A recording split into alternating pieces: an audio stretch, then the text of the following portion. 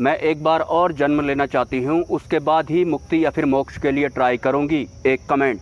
देखिए, जब से हम सभी इंसान एनर्जी से पदार्थ में तब्दील हुए हैं या फिर ब्रह्म से अलग हुए हैं, हम सभी इंसानों के लगभग 50-60 लाख जन्म हो चुके हैं। मतलब ऑलरेडी हम अपने 50-60 लाख जन्म बर्बाद कर चुके हैं। लेकिन हर जन्म में किसी न किसी एक गलती की वजह से या फिर इस सांसारिक मोह की वजह से हम मोक्ष के द्वार पर खड़े होने के बाद भी वापस आ जाते हैं।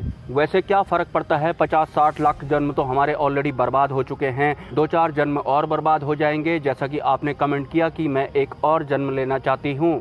तो यही मनोभाव आपका पूर्व के कई सारे जन्मों में रहा है और इसी वजह से हर जन्म में आप मुक्ति से चूक जाते हैं। क्या इतने सारे जन्म ले लेने के बाद इस सांसारिक मोह से आपका मन नहीं भरा? वैसे आपका ये निजी मामला है, आप चाहें तो एक और जन्म लें या फिर आप चाहें तो अगेन 50-60 लाख जन्म लें।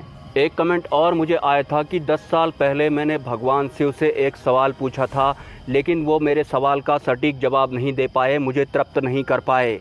आई एम सॉरी सर, तृप्ति तो अहंकार को मिलती है और 10 साल पहले नहीं, 110 साल पहले, 210 साल पहले और उससे पहले लंबे समय तक आप सूक्ष्म जगत में ऐसे ही झूल रहे थे। उस दौरान भी आप मैं वाले मनोभाव के साथ ही सरवाइव करते आ रहे हैं। जैसा कि आपने कमेंट किया कि 10 साल पहले मैंने भगवान शिव से एक सवाल पूछा था, लेकिन वो मुझे तृप्त नहीं कर पाए। तो पहली बात, तृप्ति तो अहंकार को ही मिलती है। इसे अगर मैं सरल भाषा में बताना चाहूँ, जैसे कि मानव निर्मित व्यवस्था के अंडर में आने वाली मानव निर्मित शादियों के विषय में अगर मैं चर्चा करूं, तो वो जो रिश्ते होते हैं कुछ इसी तरह के छोटे छोटे अहंकार की तृप्ति पर टिके हुए होते हैं। मतलब थोड़ा तुम्हें मेरे सामने झुकना पड़ेगा ताकि मैं अपने अहंकार को तृप्त कर पाऊं और थोड़ा मैं तुम्हारे सामने झुकूंगा ताकि तुम अपने अहंकार को तृप्त कर पाओ। इन छोटे छोटे अहंकारों को तृप्त करने के समझौते से ज्यादा मानव निर्मित रिश्ते कुछ होते नहीं हैं। तो 10 साल पहले भगवान शिव से ही आपने सवाल किया था या फिर आपके अहंकार ने एक शक्ति का रूप लेकर आपके अहंकार को और ज्यादा मजबूत बनाया था? मैं यहाँ पर आपके अहंकार को मजबूत करने या तृप्त करने नहीं आया हूँ।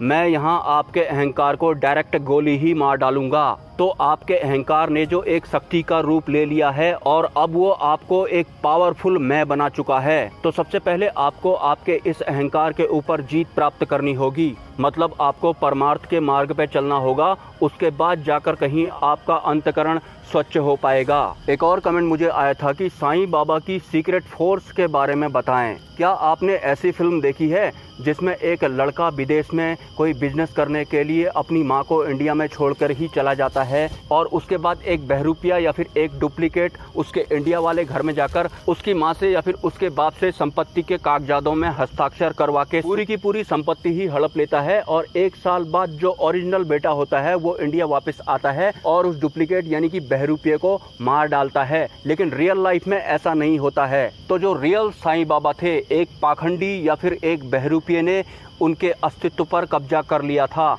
और तब से लेके आज तक उसी पाखंडी या फिर बहरूपिये साईं बाबा को लोग जानते हैं और उनकी पूजा करते हैं। हालांकि जो भी साईं बाबा का भजन करता है उसका भला नहीं होता है। और ये कृत्य सिर्फ असली संत साईं बाबा के साथ ही नहीं हुआ था।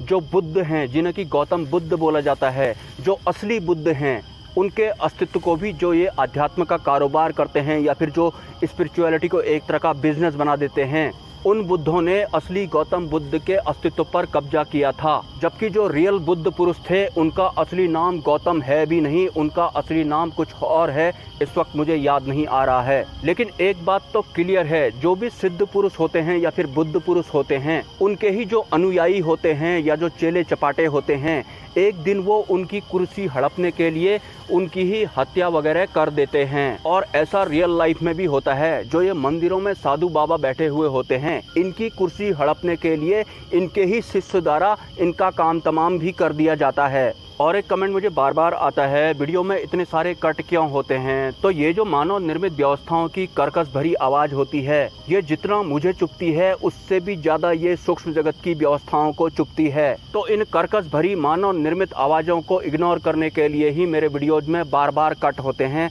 बार बार पॉज होते हैं। और शायद पिछले 5 साल में जनशून्य स्थान की तलाश करते करते जिस तरह से मानव निर्मित व्यवस्थाओं की ये कर्कश भरी आवाज मेरे कानों में पड़ती है, तो शायद इसीलिए मुझे आइडिया भी आया था और उसके बाद ही मैं मानव निर्मित व्यवस्थाओं को अंतरिक्ष में भेजने लगा था। जैसा कि आपने बहुत सारे मेरे वीडियोज में या फिर शॉर्ट्स में देखा होगा कि मैं लात मारता हूं और गाड़ी को मंगल और बुध ग्रह में भेज देता हूं। अगर आपके कोई सवाल हैं तो आप मुझे कमेंट कर सकते हैं, और अगर आप इस चैनल को सपोर्ट करना चाहते हैं तो इसी वीडियो के कमेंट सेक्शन में आपको एक UPI ID मिल जाएगा।